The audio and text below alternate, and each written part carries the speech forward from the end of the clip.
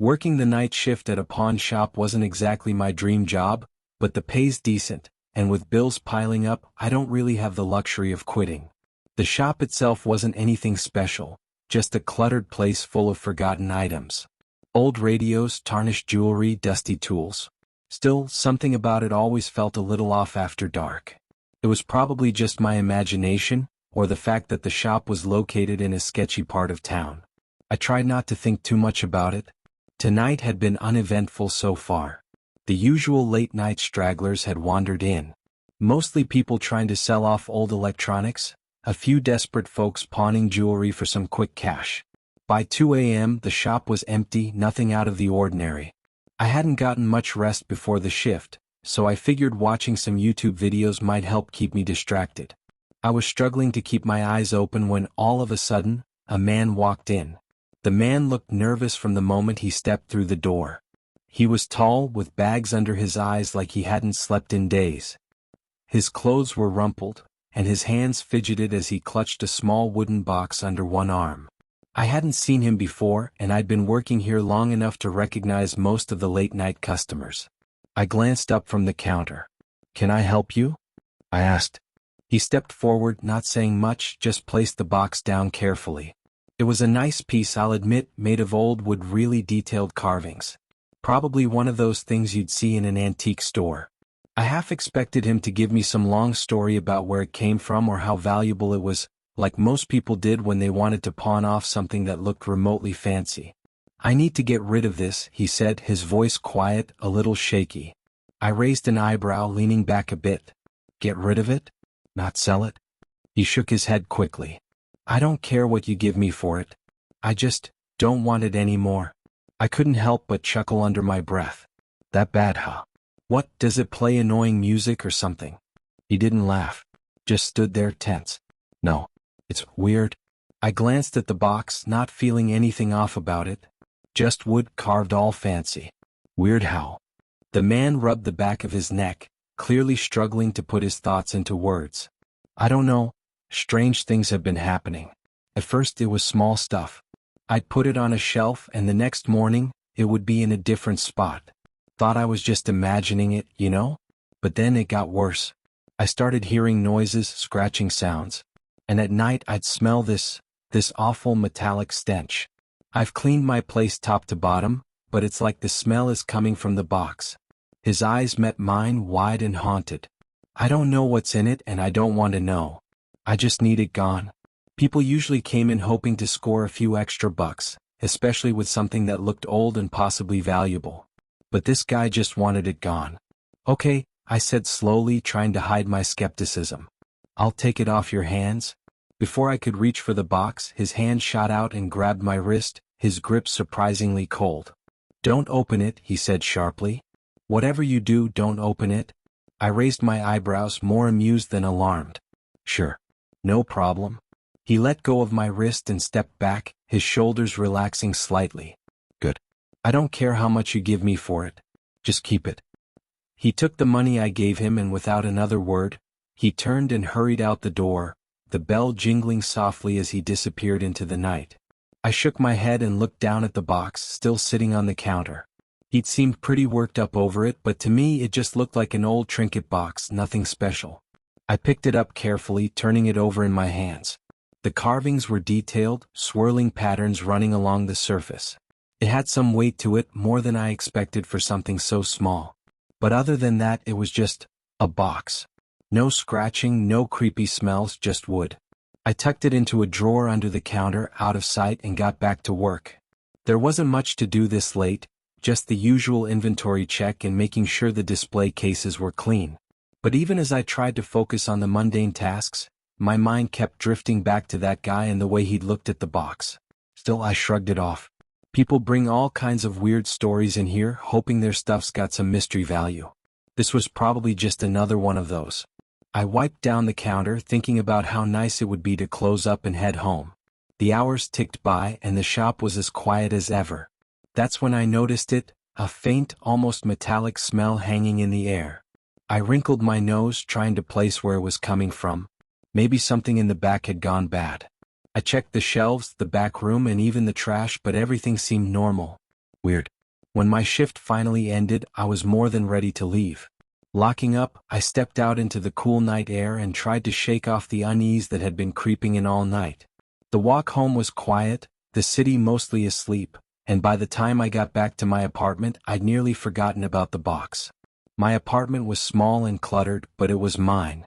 The moment I stepped through the door, I felt the tension in my shoulders ease. Home was safe, normal. I put the strange events of the night behind me and fell into bed, exhausted. As I drifted off to sleep, I couldn't help but wonder what was inside that box and why the man had been so terrified of it. Back at the shop the next night, I wasn't expecting anything unusual. I unlocked the door and stepped inside, but the minute I did, something felt different. As I walked the aisles, it seemed like some of the items had moved. Little things, like the keys hanging on the wall, were now slightly askew, and the doll I hated, the one in the far corner, was now facing me, even though I was sure I'd turned it away yesterday. I stared at it for a second, convinced I must have just misremembered. Still, a shiver crawled down my spine. I told myself it was nothing. But then, while I was restocking the glass case, I heard something, a faint sound like scratching coming from the drawer under the counter. I froze, my hands hovering over the case. It was soft, barely audible, but it was there. Something was moving. Slowly I stepped toward the counter, heart pounding in my chest. I pulled open the drawer and nothing. The box sitting just as I'd left it. Nothing unusual. No sign of movement. I went back to my routine, forcing myself to focus on different things. And every now and then, I'd catch the faintest whisper of sound coming from the direction where the doll was. By the time I locked up and left, my nerves were shot. As I made my way home, I kept my head down, the cool night air biting at my skin. I felt on edge, unable to shake the creeping sensation that I was being followed, that something unseen was watching my every move. By the time I reached my apartment, I felt exhausted, both physically and mentally, but the unease from the shop still clung to me. I locked the door behind me and went straight to bed, hoping that sleep would drown out the creeping dread. But as I lay there in the dark, something felt wrong. My apartment was too quiet, too still. I turned over, closing my eyes, willing myself to sleep. Then I heard it. The unmistakable sound of the TV turning on in the living room. I sat up, my heart pounding. The room was still dark, but the faint flicker of light from the TV cast shadows across the hallway. I hadn't turned it on. I hesitated for a moment, listening to the low static humming from the other room. Finally, I swung my legs over the side of the bed and crept toward the living room, every step feeling heavier than the last. As I rounded the corner, I saw the TV screen flickering, bathing the room in a pale, ghostly light. Static buzzed across the screen, but as I stood there, staring at it, I noticed something else. I heard a low groan, like furniture being dragged across the floor, coming from the bedroom. My blood froze and I felt paralyzed with fear. I had been there just a moment ago. I rushed to the bedroom and switched the lights on. There wasn't anybody there, but what I noticed made my skin crawl. The wardrobe had been dragged, leaving deep scratches in the floor, and its doors were slightly ajar as if someone or something had just stepped out. Then, without warning, the static on the TV shifted. The screen flickered and switched to a news channel, the volume creeping up on its own. A woman's voice echoed through the room, but what she was saying froze the blood in my veins. White Caucasian male was found dead late last night after an apparent suicide.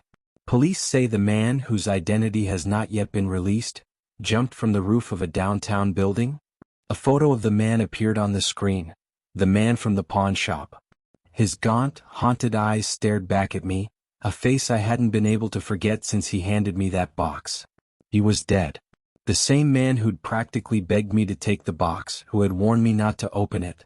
The camera panned to the building where he'd died, the anchor's voice continuing, but I could barely hear her over the sound of my own heartbeat. The room seemed to close in around me, the air thick with dread. I sank onto the couch, trying to steady my breathing, but the whispers I had heard earlier were growing louder, circling me. I looked around the room, certain I was alone but unable to shake the feeling that something else was there.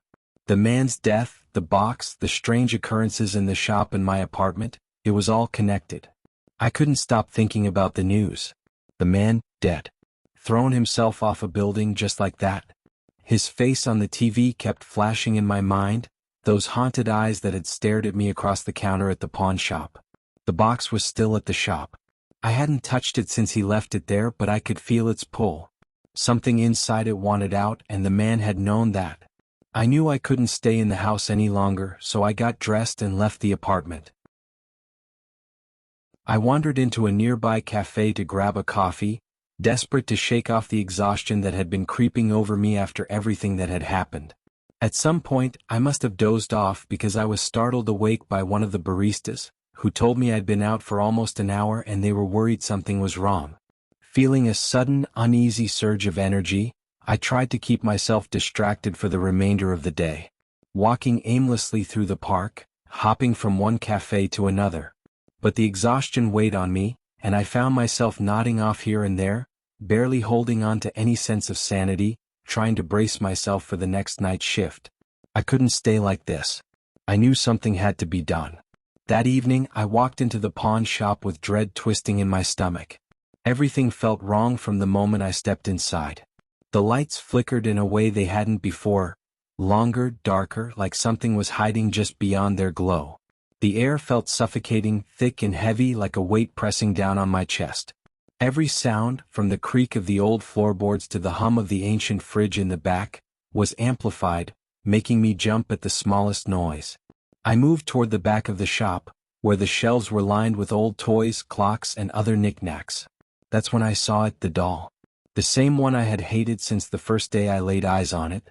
It was always there, sitting on the shelf, staring straight ahead with those dead, glassy eyes. But now it wasn't sitting. It was standing. At first I thought I was seeing things, that my mind was playing tricks on me. But it was real.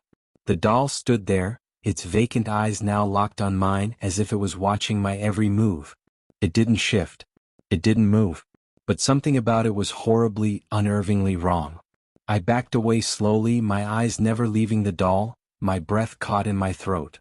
It stayed there, unmoving, its eerie gaze fixed on me as if daring me to make the first move. My heart pounded harder with each step as I edged toward the front of the shop, my body trembling.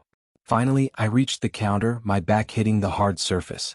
My hands fumbled for the drawer, yanking it open with a sharp pull. My fingers curled around the box inside.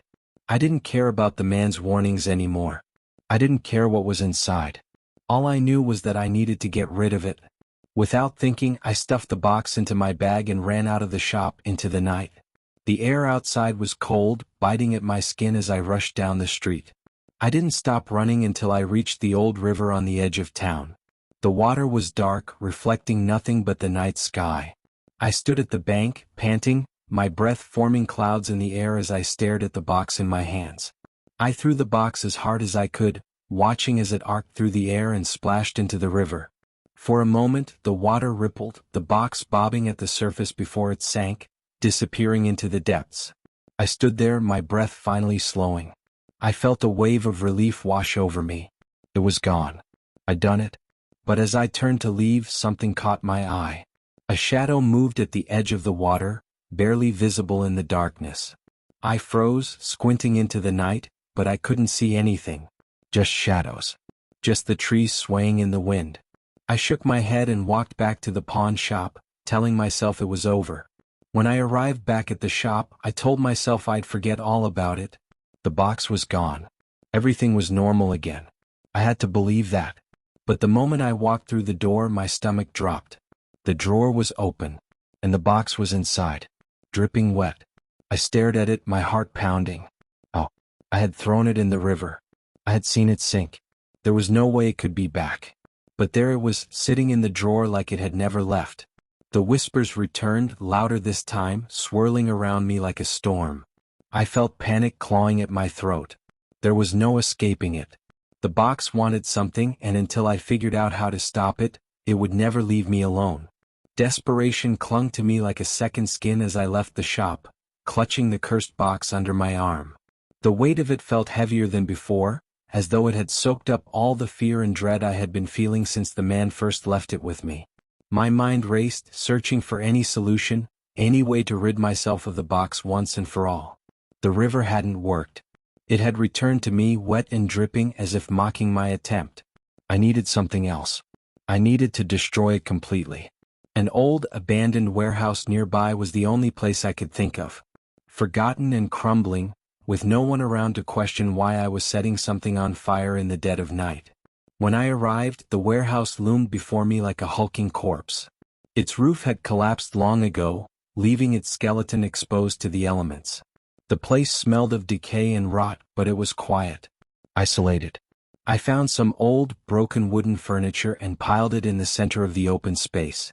The moonlight trickled in through gaps in the roof, casting long, eerie shadows across the cracked concrete floor. With trembling fingers, I placed the box on top of the makeshift pyre. It sat there, small and innocent-looking, as though it hadn't caused all this chaos. But I knew better now. I fumbled with the matches, striking them over and over until finally, a small flame sparked to life. I set the fire carefully, watching as the flames licked at the dry wood, the heat growing stronger with each passing second. The fire spread quickly, consuming the furniture, and I stepped back, holding my breath as the flames began to crawl toward the box. For a moment, the box sat untouched, as though the fire refused to touch it.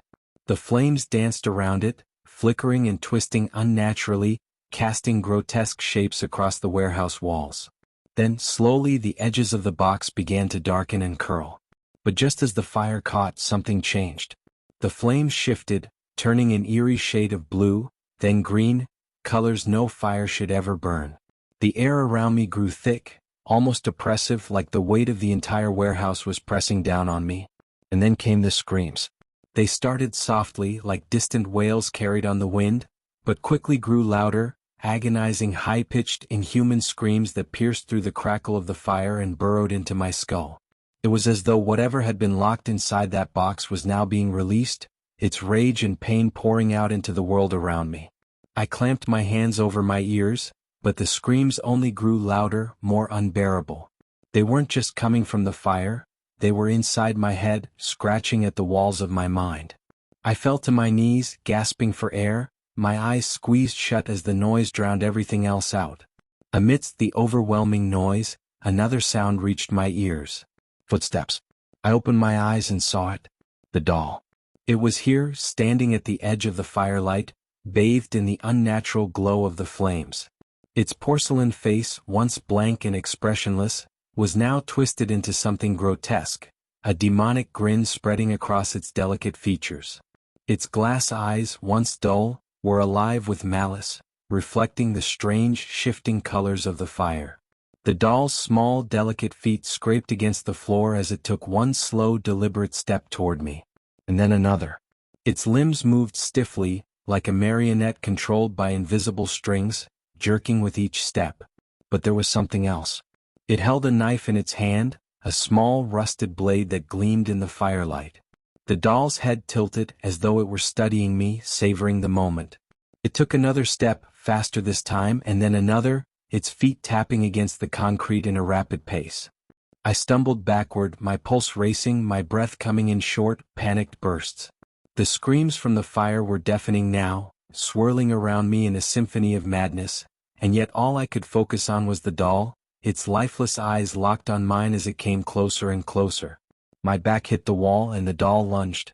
I screamed, throwing my hands up to block it, but the cold sting of the knife came faster than I could react. The blade pierced through my palm, tearing through flesh and bone, stopping just inches from my eye. Pain exploded through my arm as I tried to push the doll away, but its strength was unnatural, inhuman. Its porcelain face was frozen in that wicked grin, its dead, glassy eyes locked on mine, and no matter how hard I fought, the doll pushed the knife closer to my face. I gasped, the edge of the rusted blade grazing my cheek, my muscles burning as I fought to keep it from plunging into my eye. Blood dripped down my arm and I felt my strength slipping. The doll's grip tightened, relentless, as the blade inched forward. I could see nothing but that knife, feel nothing but the cold steel pressing closer and closer. With a final desperate surge of energy, I kicked out at the doll, my foot connecting with its stiff, fragile body. It flew backward, its small frame catching on the edge of the flames. The fire roared to life, engulfing the doll in a wave of heat and light. For a split second, the doll froze, its grin faltering as the flames spread across its porcelain body. Then, as the fire surged higher, the doll crumbled, its delicate form disintegrating as it fell onto the box. The flames twisted violently, burning in unnatural colors, swirling like a storm as the doll's body was reduced to ash, scattering into the night like dust on the wind. The fire consumed the box, the screams growing louder, more horrifying with each passing second, until they finally peaked in one last, shattering cry. And then, silence. The fire died down to a smoldering pile of ashes. The air was thick with smoke, the only sound the faint crackling of burning wood. My arm throbbed in pain, blood still dripping from my wound, but the box was gone, destroyed. I collapsed to the floor, gasping for air, the weight of what had just happened sinking in. The box was gone. The damn doll and whispers were gone. It was finally over. As I drove home in the early morning light, the sun just beginning to creep over the horizon, I felt a strange emptiness settle over me. I had survived. I had destroyed the box. But I would never forget the screams, or the way that doll had moved toward me, knife in hand. I never knew what was inside the box. And I don't ever want to know. The only thing I know for sure is that whatever was inside that box was evil. And I'll spend the rest of my life hoping it's gone for good.